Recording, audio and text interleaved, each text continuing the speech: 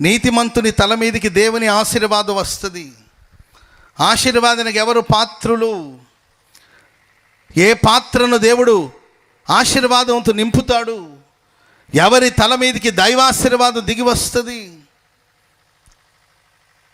ఎవరు ఆశీర్వాదానికి వారసులు? ఎవరు ఆశీర్వాదానికి పాత్రులు అంటే నీతిమంతుడు. నీతిమంతుని తల మీదికి దేవుని యొక్క ఆశీర్వాదం వస్తుంది. నీతిమంతుని విధానాలు ఎలా ఉంటుందో తెలుసండి.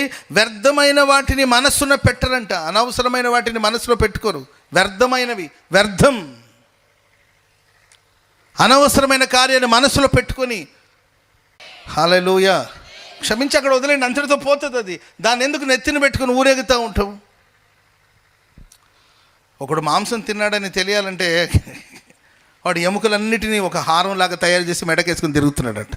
ఏందన్నా ఈ కుళ్ళిపోయిన ఎముకలన్నీ వేసుకుంటే నేను మాంసం తిన్నానని తెలియాలి కదా. కొన్ని అనవసరమైన విషయాలన్నిటి కూడా నువ్వు నెత్తిన పెట్టుకు ఎందుకు ఊరేగుతున్నావు? వ్యర్థము, అది వ్యర్థమని తెలుసు. ఆ వ్యర్థమైన వాటిని ఎందుకు మనస్సులో పెట్టుకుంటున్నావు? నీతిమంతుడు వ్యర్థమైన కార్యకలాపాన్ని పెంచి పోషించడు. అది వ్యర్థము అని తెలిసింది, విడిచిపెట్టు. దాని మనసులో నుండి తీసివేయి. మోసం చేశారు, మోసపోయావా? తీసే మోసాన్ని నీ మనసులో నుండి. మనుషులను ద్వేషిస్తున్నారా? తీసేయి నీ మనసులో నుండి దాన్ని. మనుషులు నీకు కీడు తలపెట్టారా? తీసే నీ మనసులో నుండి. నిన్ను గురించి చెడ్డ సమాచారాలు మాట్లాడారా? అది వాస్తవం కాదా? తీసే నీ మనసులో నుండి. నీ ఇంట్లో ఉన్న, బజార్లో ఉన్న, పడుకొని ఉన్న, నిద్ర లేచిన, నిద్రపోతున్నా, తింటున్నా, ఎక్కడున్నా నీ మనసులో అదే అదే అదే నీ మనసులో ఏదైతే నిండి ఉంటుందో దాన్ని బట్టే ఉంటుంది నీ పద్ధతులు. Praise the lord. ఏమున్నాంలే, ఎందుకు బతకాలి, ఎవరి కోసం బతకాలి అని ఇవన్నీ ఎందుకు వస్తుంటే నీ మనసులో, నీ గుండె లోతులో ఒక వ్యర్థమైన వాటిని ఉంచావు. నీవు చేయవలసిన ప్రయాణం సుదూరమైన ప్రయాణం. నీవు వెళ్ళవలసిన గమ్యానికి నీవు వెళ్ళి చేరుకోవాలి. మార్గంలో ఎన్నో మాటలు వినబడుతుంటుంది, ఎన్నో విషయాలు వినబడుతుంటుంది, ఎన్నో సమస్యలు నేను ఎదురవుతూ ఉంటుంది. వాటన్నిటి అది అవసరమైనదైతే క్యారీ చేయండి, అది అనవసరమైనదంతా విడిచిపెట్టండి. దైవజనులు యేసన్ గారు అంటుంటారు, గ్రామాల్లో, పల్లెటూరులో ఉదయాన్నే లేస్తే ఒక ట్యాంకర్ వస్తూ ఉంటుందండి, పాల ట్యాంకర్ అనమాట. ఒక ట్యాంకర్ వస్తుంటుంది, అది పాలను పోగు చేసుకుంటుంటుంది. ఎక్కడెక్కడ ఏంటంటే గేదెలు ఉన్నవాళ్ళు, ఆవులు ఉన్నవాళ్ళు వాళ్ళకి ఏంటంటే పాలను అందిస్తూ ఉంటారు. ఆ ట్యాంకులు నింపుకొని కేంద్రానికి వెళుతూ ఉంటుంది.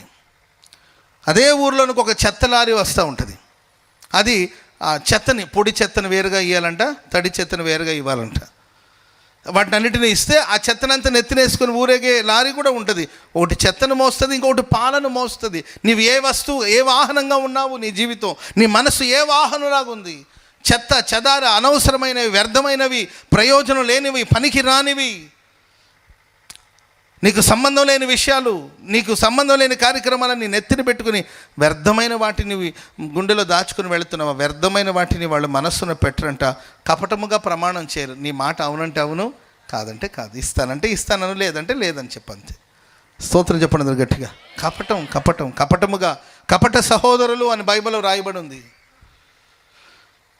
మాట్లాడుతుంటే ప్రియులారా, ఆ మాటలో ఏదో ఎదురు చూసి, లేకపోతే ఆ మాటలో ఏదో మోసాలు ఉంటుంది, మోసపూరితమైన. ఈరోజు కపటమైన మనుషులతో ప్రపంచమంతా మునిగిపోతున్న పరిస్థితి. కపటమైన మనుషులు, మోసపూరితమైన మనుషులు.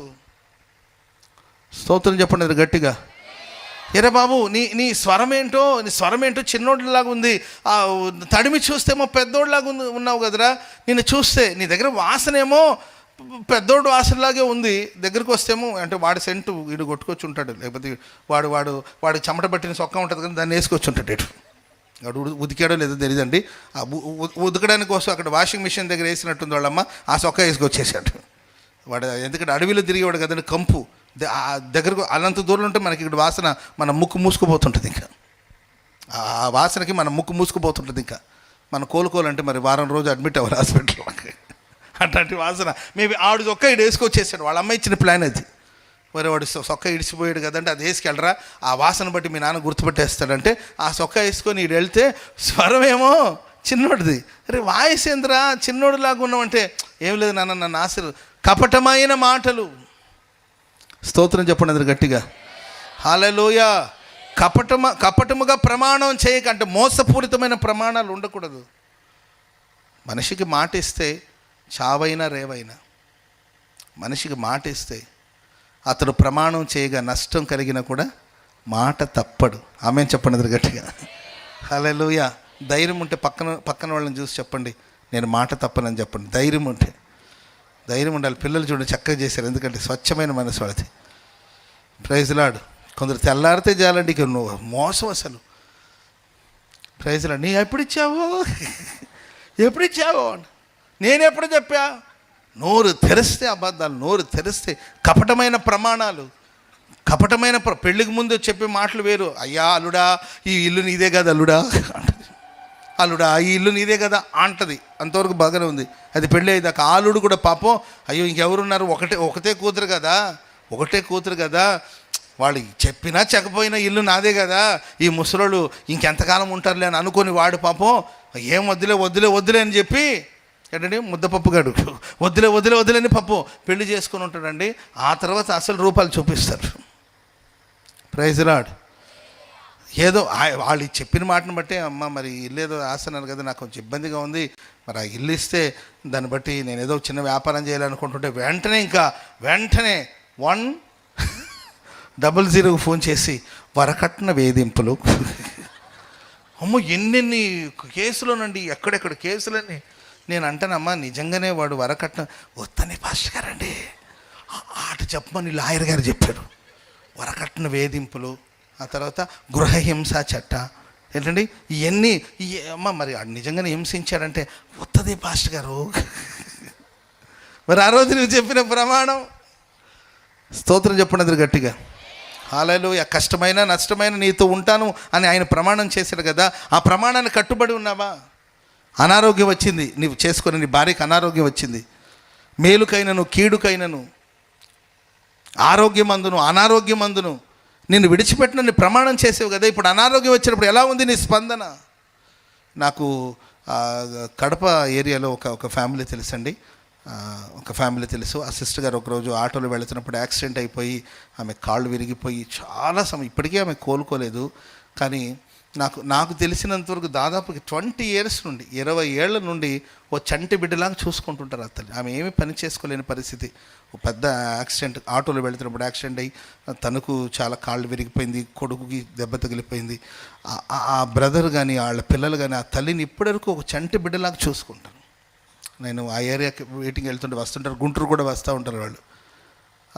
పాప ఆమె కింద నడిచే పరిస్థితి కూడా ఉంది, ఆమె పని కూడా ఆమె చేసుకోలేని పరిస్థితి. కానీ భర్త తన భార్యకి చేసిన ప్రమాణం, స్తోత్రం చెప్పండి గట్టిగా. హల్లెలూయా. ఎవరు నీతిమంతులు వ్యర్థమైన వాటిని మనసున పెట్టరు, కపటముగా ప్రమాణం చేయరు, నిర్దోషమైన చేతులు, ఆ చేతిలో నిర్దోషత్వం ఉంటుంది, వాళ్ళ హృదయం శుద్ధముగా ఉంటుంది, వాళ్ళ క్రియలు, వాళ్ళ పనులు, వాళ్ళు చేసే పనులు అది నిర్దోషమైన పనులు. వాళ్ళ మనస్సాక్షి వాళ్ళ మీద నేరారోపణ చేయదు. వాళ్ళ క్రియలు, వాళ్ళ పనులు నిర్దోషమైన చేతులు. అంటే చేతులను సబ్బు పెట్టి కడగడం కాదు, చేతులు సబ్బు పెట్టి కడిగాము, నిమిషానికి శానిటైజర్ వేసి కడిగాము ఏంటండి, అయ్యి కాదు. నీవు చేసే పనులు, నీ పద్ధతులు అది నిర్దోషంగా ఉండాలి, నీ హృదయం పవిత్రంగా ఉండాలి. శుద్ధమైన హృదయం కలిగి ఎవరైతే జీవిస్తారో వాళ్ళు నీతిమంతులు. స్తోత్రం చెప్పండి గట్టిగా. హల్లెలూయా. నీతిమంతుడు మరణ విషయంలో అయినా మృతి పొందాలి. ప్రియులరా, నీతి విషయంలో ఆయన జీవించాలి. ఆమెన్ చెప్పండి గట్టిగా. హల్లెలూయా.